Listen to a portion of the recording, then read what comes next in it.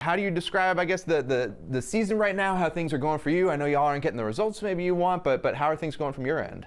I think for me, it's the story this season has just been finding my role on the team. And, it's obviously challenging when I'm coming from a school where I wasn't playing a lot, and making that transition to try to make meaningful contributions on a team like this, especially as a grad student. So, a little bit of my role is just helping out some of the younger guys, absorbing as much as I can from the coaches, because, they need me to contribute now. But I've really enjoyed being back in Atlanta and going to Georgia Tech. I definitely don't take that for granted. All right, being a grad student, we were just talking about the academic stuff. Like, what's your grad program, and how do you manage that? Because I feel like you're not in like an easy one. I bet. Like, what you're gonna make me feel bad, but what are you doing? Like, how do you handle all that? So I'm getting my master's in management, and it's a 30 credit 1-year program, but it's relatively intense. Yeah. It's relatively intense. So I was in 5 classes last semester. I'm in 5 classes this semester, and it's the time commitment with studying is obviously something I'm used to.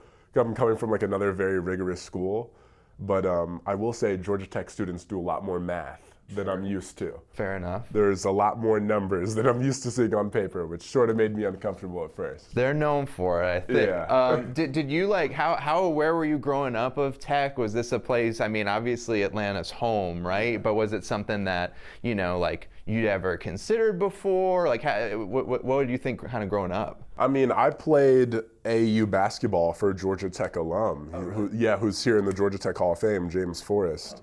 So I trained in the Zelnick Center right here twice a week, probably from age 7 all the way to age 17, So like this, it's funny being back in this building because, this is like my old stomping grounds.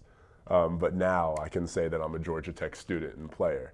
So it's, I won't say like I could have seen it coming, but it's like definitely cool that I sort of find myself in the same shoes I was wearing a long time ago. I remember talking to you about it when we talked at Love It like 4 years ago. You always struck me as a guy with like a lot of interests and a lot of passions. How do you balance school, basketball, life, and everything? I think the one thing I've learned is that never underestimate the power of relying on your peers. Like, between class and social life and basketball, like letting people know what you need. There's days where I'm not in class and it's like I just need someone to take notes for me. It's like just like don't be afraid to ask for like the little stuff like that, and that's how you end up forming like really meaningful relationships with people where it's like, hey, you got my back, I got yours. And that's sort of just been like the constant theme throughout college for me is just like availability and just making relationships. And obviously with career stuff, thinking like in terms like 40-year plan, you never know who you're gonna meet in college, So all those relationships add up, they matter in the long run. I just want to ask, like, how are you doing, man? I mean, it was, obviously a really tough time a few months ago. How are you? I mean, just, a lot of folks thinking about you and about your family in Atlanta. Just how are you doing? Yeah, I mean, the outpour of support after my father passed at the end of September was just, it was amazing. I mean, my family, we got letters from presidents, everybody from presidents to our local church members to people I went to school with. I mean, it was like everywhere I turned, someone was offering me like a shoulder to lean on. So it was really awesome and incredible to receive that kind of support. And obviously, Coach Dame, Coach Forrest, a lot of the guys on our staff have been Bonzi Wells, who played with my dad in Houston, these are guys who've known my father for longer than I have. Yeah.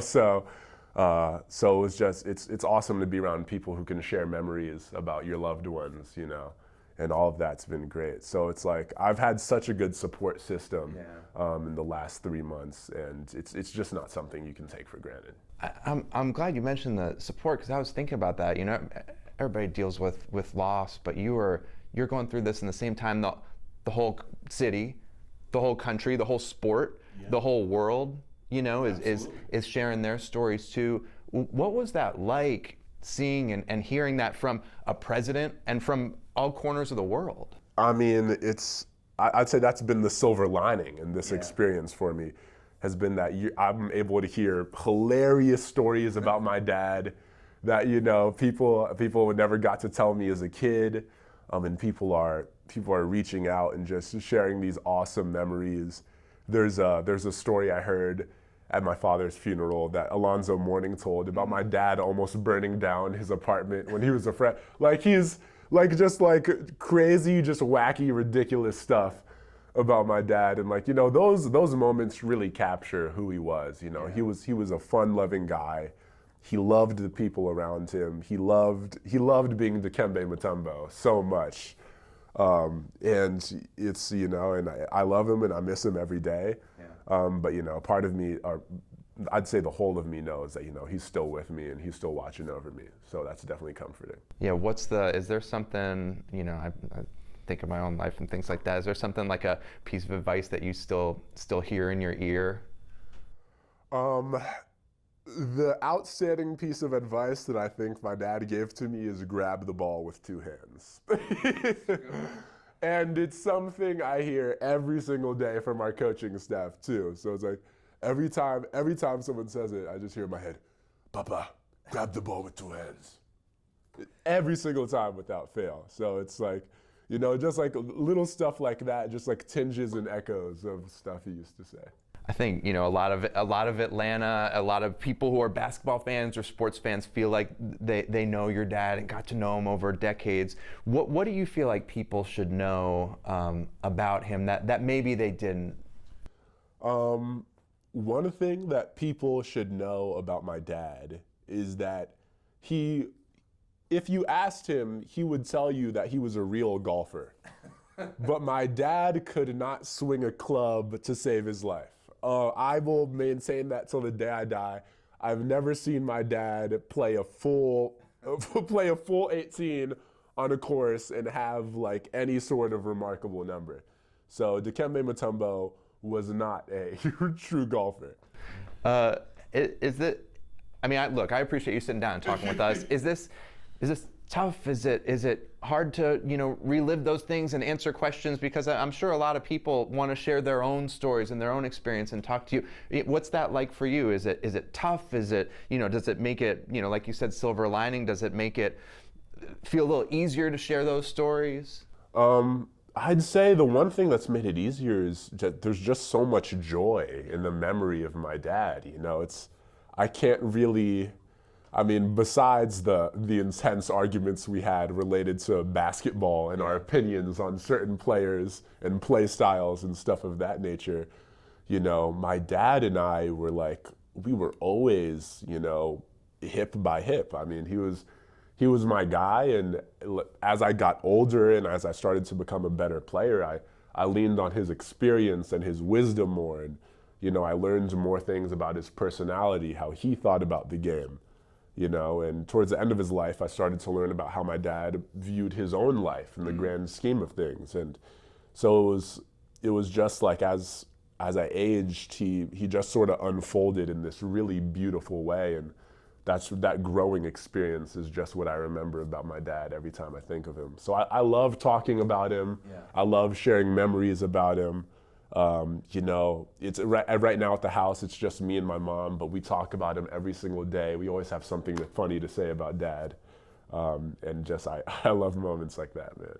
I remember talking to you, you were, I guess, 17, 18, and already talked about giving back and things like that, which you don't get from every 17, 18-year-old. Yeah. How much do you think, everything your dad did influences that in you, and how much are you trying to make that a part of your story?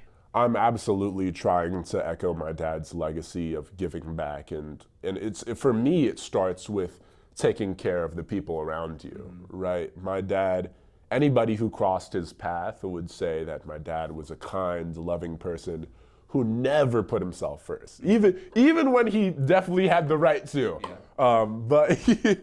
But my dad would never put himself first, and so even when it comes to things as small as checking up on the freshmen. We have Jaden Mustaf, whose father also recently tragically passed away. So even if it's just, yo, bro, how are you doing? Or sometimes, just like a little dap and a fist bump just lets him know, yo, I'm here for you. Yeah. that type of stuff, all of that embodies who my dad was for me. And I see that every time I think about the love that I have for these guys here in this facility, the love that I have for my friends in the classroom, the love that I have for this city, for this campus. It's just, I feel like my dad for me he shows up in all of those things. You mentioned a 40-year plan. I won't make you go that far. What's on the horizon for you? For me, I mean, obviously after the season, we'll see how the basketball thing shakes out, you know, and I'll be available to hear, you know, any offers that might come about on that front.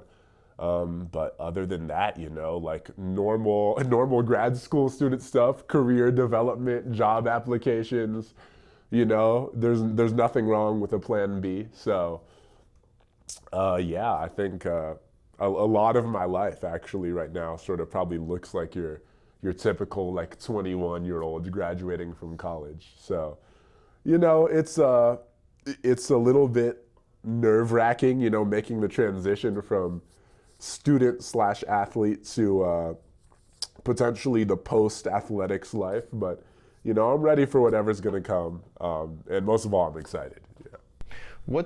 Do you have a message for the folks out there who, you know, shared their stories, who offered support, who are, you know, in prayers at home or whatever it was? I know you've, you know, had a chance to share with the people closest to you, but what would be your message to people who felt like they were going through it with you guys a few months ago and were sharing that love in their own prayers in their own way? What's your message to folks in Atlanta and around the basketball world? I think my message to everybody would be, everyone that reached out would be, you know, even though there was no possible way we could respond to everybody, just know that the love is felt and keep spreading it, man. A phrase that I adopted at the end of high school was just this motif, like love more. You know, it's such a simple course of action, just love more, and the world needs it right now. Obviously, you know, people around the world are hurting. What's happening from Asheville with the hurricane in Florida and LA, like people everywhere need lots of love right now. So that type of stuff goes a very long way, you know, and obviously my family knows we're not the only ones going through a tough time right now. So just continue, reciprocate, love more always. Excellent, man. Well, I appreciate that. That's a great note. Is there anything that you want to add on that you feel like people should know that I didn't ask you about?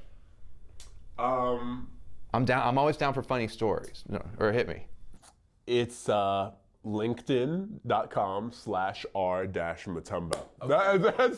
That's the one editor's note that I'll leave in there. I got you. Yeah, prospective employers. I got you.